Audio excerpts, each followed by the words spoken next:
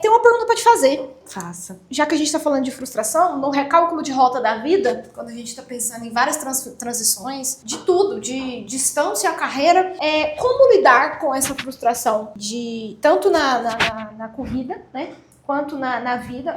Cara, às vezes eu me frustro muito. Nossa, me frustro com um cliente que não tá conseguindo entender o que eu tô falando. Sim. E às vezes, como você atende o público, você sabe como é que é. Às vezes você fala assim, gente, eu acho que eu tô falando grego. Você fala, a pessoa entendeu bem. Exatamente, aí você fala assim, gente, um exercício que eu sempre faço ao final das minhas consultas me repete aqui o que a gente planejou, por favor, igual criança, sabe? Sim. Aí, uma vez uma cliente falou assim, eu não gosto quando você faz isso. Eu falei assim, então, mas é porque você precisa reforçar. Sabe por que você não gosta? Porque foi desconfortável. Sim. Se for desconfortável, é exatamente aquilo que a gente precisa trabalhar, que é o que não tá dando certo. Então, é um exercício de reforço. É pra ser desconfortável. Uma coisa, essa é uma frase que eu sempre falo. Tá vendo? Às vezes eu entendo porque as pessoas...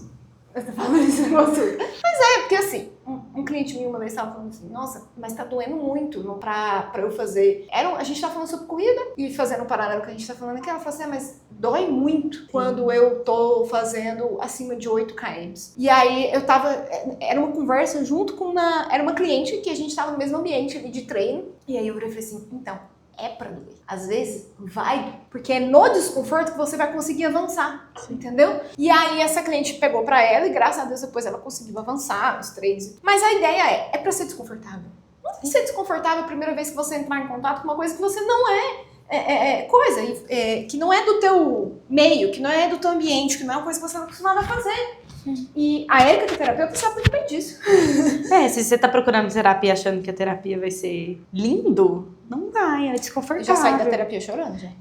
Eu tive uma sessão essa semana de primeira sessão e eu falei isso pra uma cliente, eu falei, olha, se você tá procurando isso aqui pra ser confortável, esse não é um ambiente, aqui é um ambiente desconfortável. Desconfortável não que você não vou ser acolhedora, desconfortável pra você que você vai ter que falar de coisas que às vezes a gente não quer falar. Tanto que fugiu a vida inteira. E tá tudo bem. Mas aí a gente não muda sem o desconforto. Exato. Isso, você deu um exemplo, é óbvio. Eu não consigo progredir na corrida se eu não ficar me esforçando de termo de esforço físico, né? Exato. Então, e assim, mental. Muitas vezes o esforço não é físico, é mental. A corrida, ela me ensinou muito isso, assim. Às vezes eu tô ali, meu corpo dá conta, mas é o meu mental falando assim, não. Para. Eu falo que os primeiros 20 minutos da corrida, pra mim, minha mente tá assim, para. Chega, você vai dormir. Os primeiros 20 minutos são os piores pra Eu sinto que eu vou morrer todas as vezes. Até atleta de elite fala isso, sabe? Né? Que os primeiros Que bom que eles falam, isso me tranquiliza, porque assim, eu acho que eu vou morrer todas as vezes. Isso. A minha treinadora tava falando sobre isso, que a gente tava falando sobre o mental, né? Que eu falo assim, esse treino aqui foi mental, porque eu tenho que ficar trabalhando na minha mente, tipo... Eu chego mais cansada mentalmente do que física de alguns treinos. Porque eu fico conversando comigo mesmo, sabe? Às vezes acaba o assunto. Quando acaba o assunto comigo mesma, tipo, já tá no KM, sei lá, 22. E aí eu fico, tipo... Eu não converso tanto comigo na corrida, isso é um ponto, sabia? Eu desligo. Não consigo. Eu penso em outras coisas. Às vezes eu penso em nada. Sim. Gente, eu fico tão alheia a tudo, porque eu corro de fone. Eu acho que eu também corro de fone. E às vezes eu acho até perigoso, porque eu não tô pensando em nada. E aí, às vezes eu já esbarrei gente no Parque Sabiá e não cumprimentei a pessoa. Isso acontece sempre. Eu pago de doida. Porque eu não vi mesmo. Eu falo tanto na corrida que eu falo sozinha. Eu descobri esses dias... te vendo falando, Sim, conversando. a paciente virou e falou assim, eu te vi no Parque Sabiá correndo, mas eu acho que você tava conversando com alguém. Aí eu... nós estamos no telefone. E aí eu falei assim, eu não tava no telefone. É que a Mariana não me liga, assim, muito rara. Só se acontecer alguma coisa assim pra me ligar a hora que eu tô treinando. Então, assim, eu não tava no telefone. E aí eu falei assim, entendi. Na minha cabeça eu estava falando sozinha.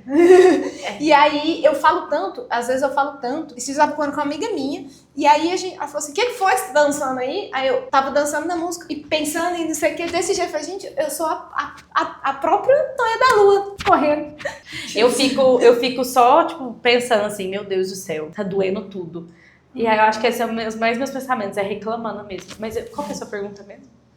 A minha pergunta é sobre como lidar com essa frustração. Tá. Essa frustração de, às vezes, você não conseguir...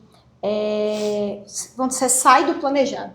Porque as pessoas têm muita dificuldade com isso. Eu acho que a dificuldade das pessoas é depois que ela sai do planejado. Eu vejo isso muito na dieta. E isso pra mim por muito tempo foi muito difícil por já ter tido transtorno alimentar. Por exemplo, errei hoje, aí isso quer dizer que eu posso errar todos os outros dias. É a síndrome da Jaqueline, que eu sempre falo. Já que eu errei hoje, já que eu eu vou comi errar amanhã. bombom, vou comer a caixa de bombom. Aí é a mesma coisa, tipo, da corrida, da vida, dos outros problemas. No outro dia, tá tudo bem começar do zero. Não tem dia pra começar as coisas. Exatamente. Eu acho que o problema da frustração é que as pessoas querem começar de um jeito perfeito. Aí, Juta, além da frustração e da outra coisa que eu falei, é do perfeccionismo. A pessoa também quer começar perfeita.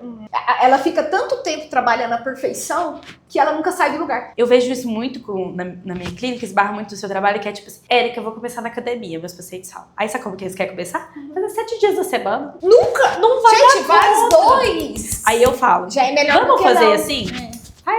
Vai lá e tenta. Eu falo assim, vai lá e tenta 2 dias na semana. Aí depois você me conta semana que vem, pode ser? As pessoas esquecem que elas querem começar, elas vão do 0 ao 80 muito rápido. E aí eu acho que essa é a resposta da pergunta que você fez sobre a frustração. Não que é uma resposta de verdade Única. absoluta, mas eu acho que a gente precisa iniciar pelo básico, que é fazer poucas coisas no começo. Então, se eu não deu certo hoje o treino hoje, vamos tentar o básico no outro dia? Isso acontece muito no emagrecimento. As pessoas chegam e falam assim, eu já tentei de tudo para emagrecer. Ela já tentou cápsula, ela já tentou métodos Todos os extremamente tipos de restritivos, métodos, ela já tentou medicação, ela já tentou fazer academia 7 vezes na semana, ela só nunca tentou seguir uma dieta. Aí eu falo assim, você já tentou o básico? Aí você faz uma prescrição, né? Quem me conhece sabe a forma que... Amiga, fruta. Não, fruta... Aí a pessoa tem todos os preconceitos. E aí você vive e fala assim, não, leite faz mal, fruta faz mal. Ah, você vive de quê então? Por isso que não dá certo, né? E eu sou... Pra quem me conhece, sabe que no consultório eu bato mesmo. A pessoa chega lá e fala assim, cara, é isso. Esse aqui é o básico, não tem nada mirabolante. Arroz, feijão, frutas, vegetais. É isso aqui, segue isso aqui. Aí a pessoa fica surpresa, né? Nossa, é o básico. É isso, elas querem uma prescrição do nada. Outro dia, esses dias, eu tava conversando com uma médica, eu não vou falar quem que é, porque não vem ao caso. E ela falou assim, Polly, se eu não passar nenhuma suplementação de nada, as pessoas sentem lá achando que ela não foi no médico. Sim. Aí eu falei assim, agora eu entendo porque que às vezes vocês inventam umas coisas do nada. Porque inventa. Soroterapia. Essa aí já é charlatanismo.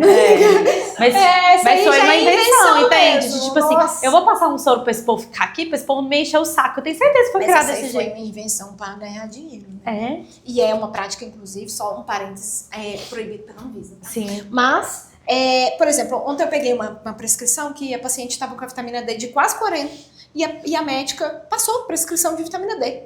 E aí eu falei assim, então, você sabe que você não tá com a vitamina D baixa, né? Mas eu entendo o lado da médica, muitas vezes, mas ela só esqueceu que ela tava falando com a paciente minha. E aí eu falei, pode cancelar. Porque não faz sentido pelo exame, né? Não que eu estava influenciando na conduta médica, mas são coisas que você tem uma conversa ali com o cliente e pela lógica não funciona, né? Sim. Agora, falando sobre isso, a gente tem a frustração da alta performance que a rede social nos dá, mas como que você vê o caminho que a gente está hoje, em 2026? Você está há 6 anos de carreira? 6 anos de carreira. Como que foi, lá 6 anos atrás, nós não tínhamos isso, tá? Essa alta comparação na corrida, a gente tinha, mas era uma forma muito mais tolhida. Hoje, a gente tem um boom, todo mundo sabe o que é correr, todo mundo sabe o que é pace, todo mundo fulano acorda às 4 horas da manhã e enfim, a gente tem várias críticas sobre isso. Você não precisa acordar 4 horas da manhã pra ser corredor. Mas se você quiser também, problema é seu, né? Mas não só da corrida, eu falo alta performance do trabalho. Da vida. As pessoas, por exemplo, pensar uma pessoa que trabalha no corporativo. A alta performance é gigantesca. Se você não fizer um Ironman agora, no LinkedIn você tá fora? Você tá sabendo dessa? Corporativo, inclusive. É nem sabia. Esposa do corporativo. Tem alguém que já fez um Ironman antes? Você conhece? Se a pessoa fez, tá vendo? Eu fiquei sabendo desse boom do LinkedIn por um paciente meu falou, eu acho que eu vou fazer um Ironman. Eu assim, mas por quê? Nada. Porque ele precisa se provar, porque ele precisa se provar. Se você que deu ele dá conta do Ironman, você dá conta da vida. Não é assim, gente, que funciona. Não é assim. Inclusive, Ironman é muito difícil. Inclusive, Deus você precisa de horas de treinamento. E aí, isso virou hype. Isso virou hype dentro do corporativo. Isso virou hype dentro do mundo das finanças, isso virou porque a geração Z agora, a geração saúde, ela tá assim, se você tem saúde, é porque você faz um Ironman, a gente sabe muito bem que não tem nada a ver, muito pelo contrário, o Ironman ele não proporciona, alto nível de desempenho e performance não está ligado à saúde, vamos fazer esse parêntese, e isso gera uma pressão extrema, uma ansiedade gigantesca, A gente vive num mundo ansioso, a gente vive num mundo que é tudo a tempo. Eu entendo as pessoas querem emagrecer 10 quilos em um mês, porque se a blogueira consegue, ela também consegue. Entendeu? E aí você se torna insuficiente, incapaz, porque você não conseguiu. Insuficiente, incapaz, uma pressão externa, uma ansiedade. Como que você vê isso daqui a alguns 5 anos? Daqui 5 anos, pelo que a gente tem hoje. Não dá pra prever o futuro, não é evidente, tá? Mas assim, o que você tem visto hoje, desde quando você começou, ao momento que a gente tá, daqui um tempo, assim? Eu vou te dar um exemplo sobre mim, usando a melhor, como diria, o melhor paciente, eu mesma, né, de alguma forma. Eu sempre fui uma pessoa, nunca fui uma menina magra. E aí, eu tenho 30 anos, quer dizer o quê? De capricho. Pra quem não Garota sabe... capricha, Taylor Swift. E Taylor Swift, eu sou muito... Várias, todas as tatuagens são da Taylor Swift. Eu tô ligada, inclusive, tá aqui na nossa pauta, Taylor Swift. E aí, eu fui invadida por esse movimento que naquela época era de extrema magreza. Então esse movimento da magreza agora é simplesmente um retorno, porque as coisas sempre voltam. Então eu sei que em algum momento isso ia voltar. Eu fui muito impactada disso na época. Por ser uma adolescente, principalmente, assim, me descobrindo, sabendo o que eu gosto, entendendo meu corpo, entendendo, tipo assim, será que algum menino na escola vai olhar pra mim porque eu não sou magra? Porque na revista diz que eu preciso ser magra. Porque na revista e hoje a gente tem isso ainda. E aí hoje em dia as pessoas ficam chocadas que dizem isso na internet, mas na revista dizia, gente. Na revista falava já que era realidade antes. Tinha dieta pra você emagrecer, pra você ter o corpo da Taylor Swift. A Taylor Swift teve anorexia muito pelo problema que ela teve na época. Então, eu enfrentei muito isso. A gente poderia dar vários exemplos de atrizes famosas, que inclusive tem o mais novo caso da Maiara Maraíza lá, que tá com alopecia, né? Mas olha isso! Né? E aí, eu sempre fui muito impactada nisso. Eu tive transtorno alimentar por muito tempo. Hoje em dia, eu não faço uma dieta mais restritiva por entender que eu tenho transtorno alimentar. E logo depois que eu passei pelo meu processo do câncer, eu tive muita dificuldade de emagrecer. Pela questão que eu tive com câncer na tireoide. Então, eu descobri o câncer porque eu engordei 10 quilos em 2 meses.